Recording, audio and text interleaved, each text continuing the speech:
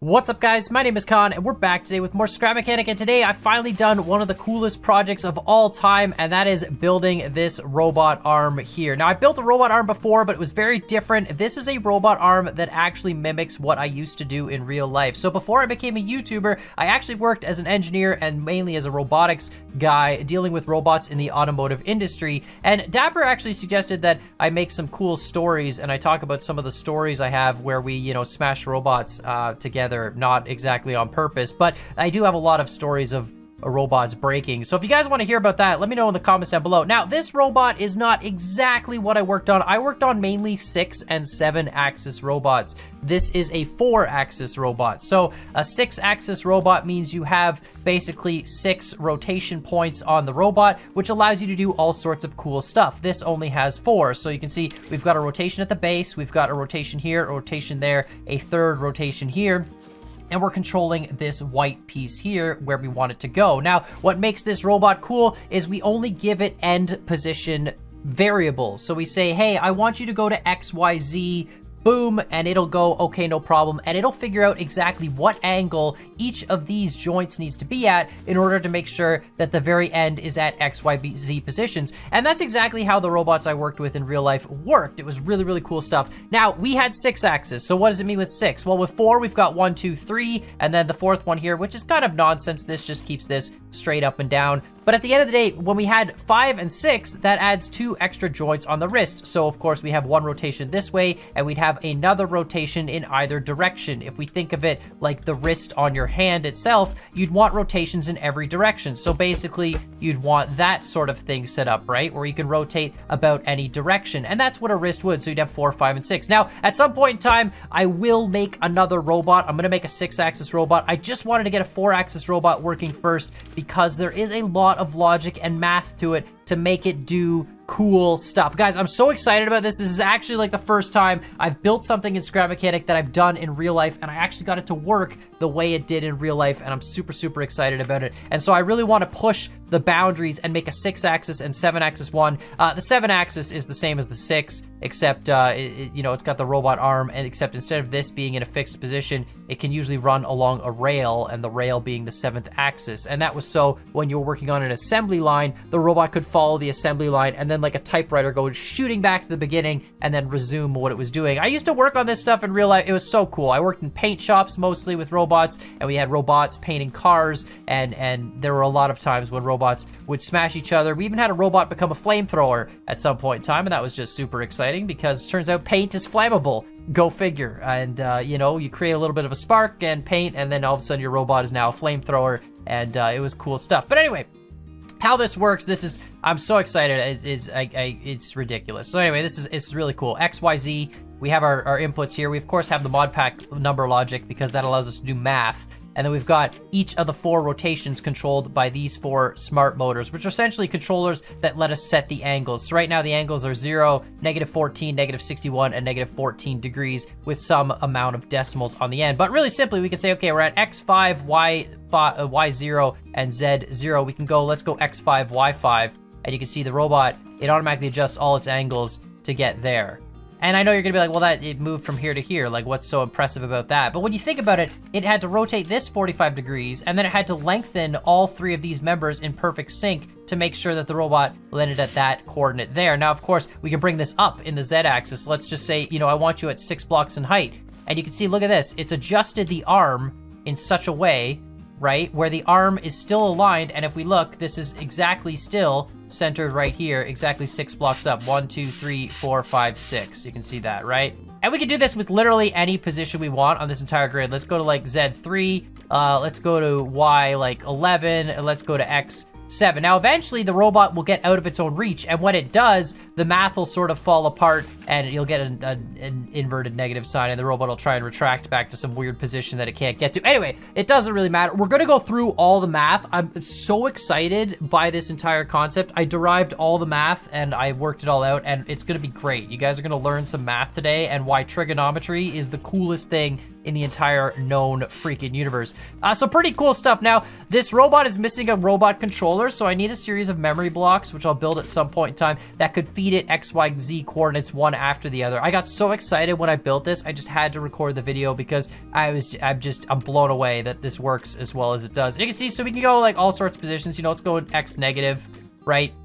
This is the grid here, so this is the X-axis, this is the Y-axis, Z is up. I know some people get mad at that convention, but that's the convention I've always used. Z is altitude.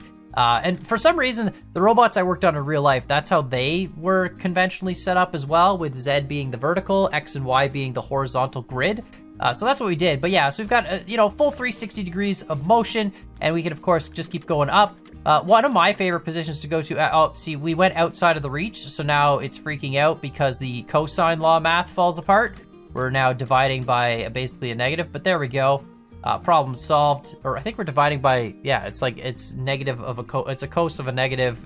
The math just, this inverse cosine, it falls apart when you go outside of the robot's reach because of math and the way it works. Anyway, doesn't matter. This is my favorite position. We go to, if we go to X equals 0, Y equals 0, it's kind of cool. You can put Z equals, you know, 7, whatever. And the robot's smart enough to understand how to stack itself on top of its own, look at it, on top of its own grid, right? Isn't that cool?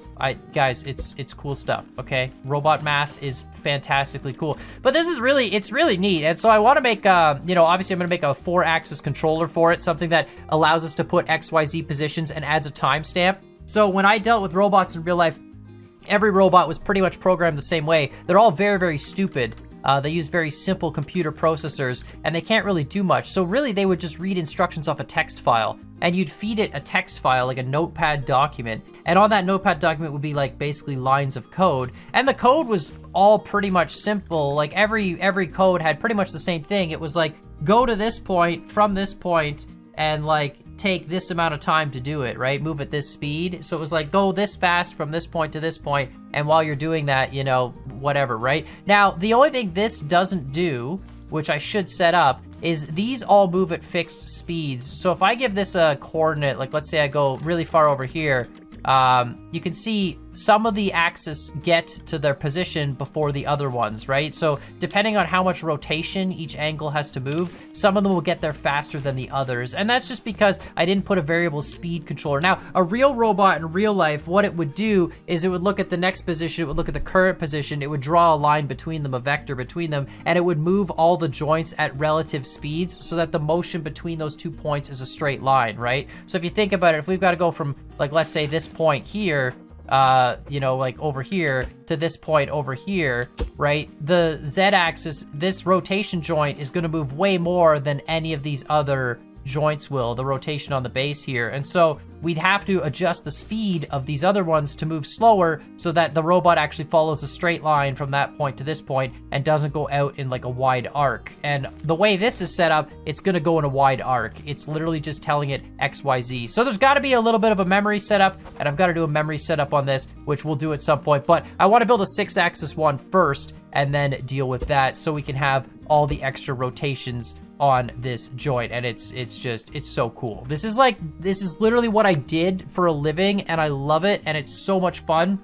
And then being able to actually finally make one in Scrap Mechanic is fantastic. And this is very, very, very early prototype. I've got to make a 6-axis version, and then I've got to make a 7-axis version, and then I've got to make a memory controller on it as well that'll allow us to put XYZ coordinates and the velocities in. And then I've got to do that straight line drawing velocity function, which I don't really remember how to do that, but I have to basically write in a vector that says, here's point A, here's point B. Each joint needs to move X amount of degrees, divide them all by some constant so that they all move at the same speed. And that's a whole other level of math that's required. But anyway, we're gonna go through this math. This is really cool stuff. And I know it's probably like a bunch of people like, oh my God, I'm watching a YouTube video about some guy droning on about engineering math. And you know what? Robotics are fantastic. I love them. They're super cool. And all this stuff would realistically be done on the hardware side of the robots. And all you'd do is feed it this XYZ coordinate. Most robots that you're gonna deal with, you'd never actually go outside of this. All you would do is XYZ, and all this other stuff would be done in the background by the robot itself, and it wouldn't care. Now, funny stuff happens with this. We smashed a robot into a wall once because, you know, it didn't understand its own operating window. Anyway, it doesn't matter. I have lots of stories, guys. If you ever want to hear them, let me know in the comments down below. I'll build more robots in Scrap Mechanic, and we'll talk about real-life robotics, mainly in automotive, because it was super fun. It was a lot of fun to work on. The technology is way cooler than anything I've ever worked on in my life. So if we talk about this robot, you can see I've got A, B, C, and D, and I've actually kept all of these variables the way they're supposed to be. So let's take a look at a diagram here real quick of the top of the robot. So if we look down at the top of the robot, we got the X and Y axis, we've got this orange line that represents the robot arm itself, and the whole total length of that orange line we're gonna call H. Right, and that line is, you know, the combination of those two bent members, and that line will change length depending on the X and Y coordinates that we're gonna give it. So if we look at that line H, the angle that we're looking to solve for is A. H, we know, is going to be the square root of X squared plus Y squared. That's Pythagorean theorem, a little bit of a triangle. It's a right angle triangle. No matter what, you give the robot X, Y, and Z coordinates. You can take the X, you can take the Y, you can derive the hypotenuse H, and boom, done, you have H. Now, based on, you know, the law of trigonometry, we know that sine of A, the angle A, is going to be equal to the opposite side over the hypotenuse, which is Y over H. So sine of A equals Y over H, we can solve for angle A, no problem. And of course, the mod pack lets us do all this math. It all exists in the mod pack. Now, the only issue with this is when X becomes negative. So when Y is negative, it doesn't matter because sine of A will become negative Y over H, which ends up working out, no problem. It becomes a negative angle, goes on the other side of the Y axis. But when X is negative, because X isn't used in the angle determination of sine, you basically end up with, no matter what X is, X gets squared, it becomes a positive again, so the hypotenuse will always show as a positive number. Nothing you can really do about that. So what we need is we need a condition. We just say if X is less than 0, then the angle A is actually equal to 180 minus A, and there's a little bit of a diagram here. You can kind of see basically those 4 red dots, those are actually the angles that we're solving with that sine A term. Whenever sine A is calculated, it solves for one of those 2 angles. So, you know, if Y is positive, it'll be above the blue line. If Y is negative, it'll be below it. And depending on what X is, that determines, you know, if we go on the left side or the right side. And we can do this with a condition. Now, to be honest, I don't remember how the robots I worked with did this in real life. Most of the robots I worked with, they only had a positive operating window anyway. So the robot would be on the side of the conveyor line, and the operating window would always be in front of it. So it would always be positive coordinates. It would be, you know, positive X, positive Y, starting at 0, 0, and working its way forward in like this big rectangle. So I never had to deal with this sort of 360-degree operating window. And I don't really remember how real-life robotics do it. I don't think they use some sort of weird, janky condition. But in Scrap Mechanic, we can easily do that. We can just add a little bit of a little term there, and it just basically switches the angle, no problem. So when you cross that X negative line, it solves itself, basically. Doing this, you solve for angle A. So that's that first angle, that's that rotation angle. No matter what X, Y position we give it, we can do that. And we can take a look at that in here. So right now, A is 0 because X is 0, Y is 0, or X is 10, Y is 0, right? So we're right along the X axis. If we go to Y as 1, now the ratio is going to be the angle of 10 over 1, right? Which is this extremely slight angle there. You know, you can see we just need a very, very slight angle to get it over. And if we look, that angle is actually 5 degrees in some amount of decimals. But, you know, essentially, that's all it's calculating. It's doing, you know, X over 10. And it doesn't matter, again, it doesn't matter what Z is. You know, we can move down in Z. Let's put this back to Y equals 1. You know, it'll stay at 5 degrees, right? No matter what we move Z to. Because at the end of the day, that rotation doesn't change if the robot goes up, right? The only thing that changes if the robot goes up is these 3 members here. You know, so that's the easiest angle to calculate, no matter what, right? Always the same. Even when we go to ridiculous heights, you see that? Look, the robot just adjusting itself. Doesn't matter. Still, oh, too far. Right? Again, that issue with not going directly from point to point. That's going to be a really hard thing to program in, is the variable speed, because you have to remember your previous point, you have to look at your next point, and then you have to draw a vector between them, and then you have to adjust every single angle's rotation so they all move at a fluid speed from point A to point B. Robots in real life 100% do it. That is going to be a tough one to figure out. I have never had to do that before.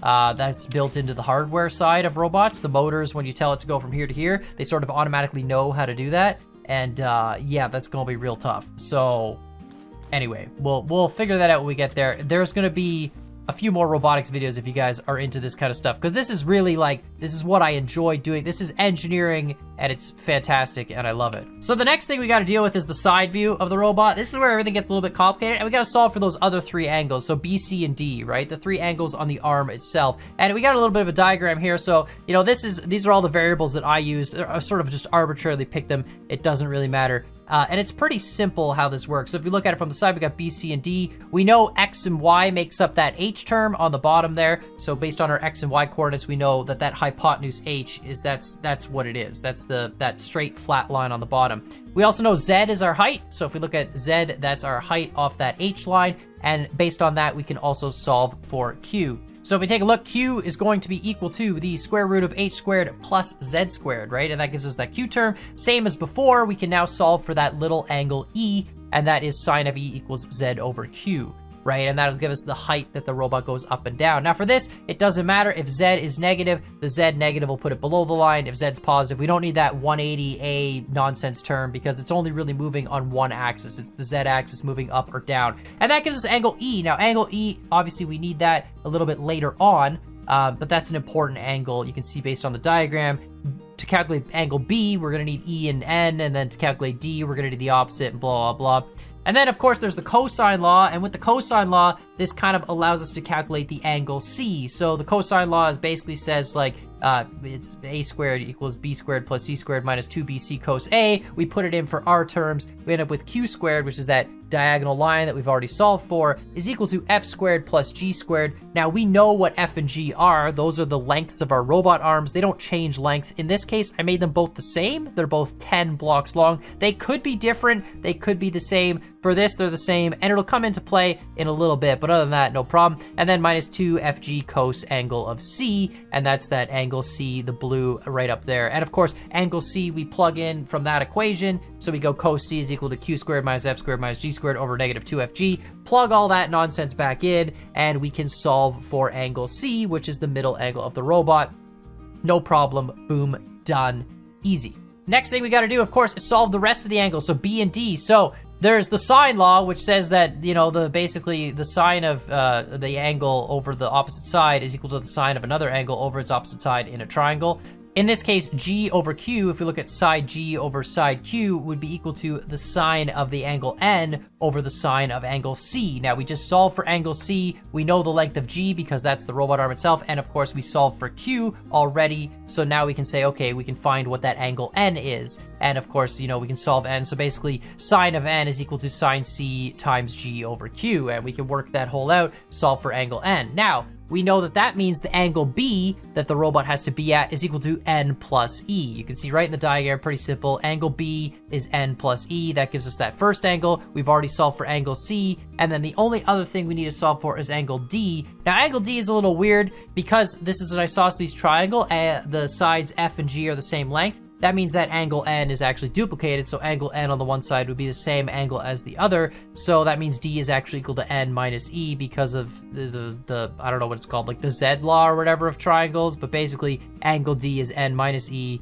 where angle B is N plus E. And that solves that. Now, if this wasn't an isosceles triangle, F and G were different lengths, which we could easily do, the rest of the math would work out fine. And then when we get to the end here, all we'd have to do is do the sine law again to calculate the angle D. You could do F over Q is equal to sine D over sine C. You know, the only thing that's missing there is sine D, problem solve for D. So you don't really need, this applies because it's an isosceles triangle, those angles will always be the same. If it was an isosceles triangle, again, you could still work out the math in the exact same way. So it's a pretty simple diagram. When you break it all down, that's pretty much all you end up with. You end up with one simple set of math, and as a result, you know, once we've plugged all that in here, these are basically all the terms. So all that math we just went through, that's what each of these equations is. I mean, it's kind of annoying, but you got X, Y, Z here stored on these 3 digital memory number storage blocks, whatever, and then they feed into all the various equations. So this equation here solves for Q, this solves for C, this solves for E, and this is like, yes, this solves for angle C, which then we just plug in over here.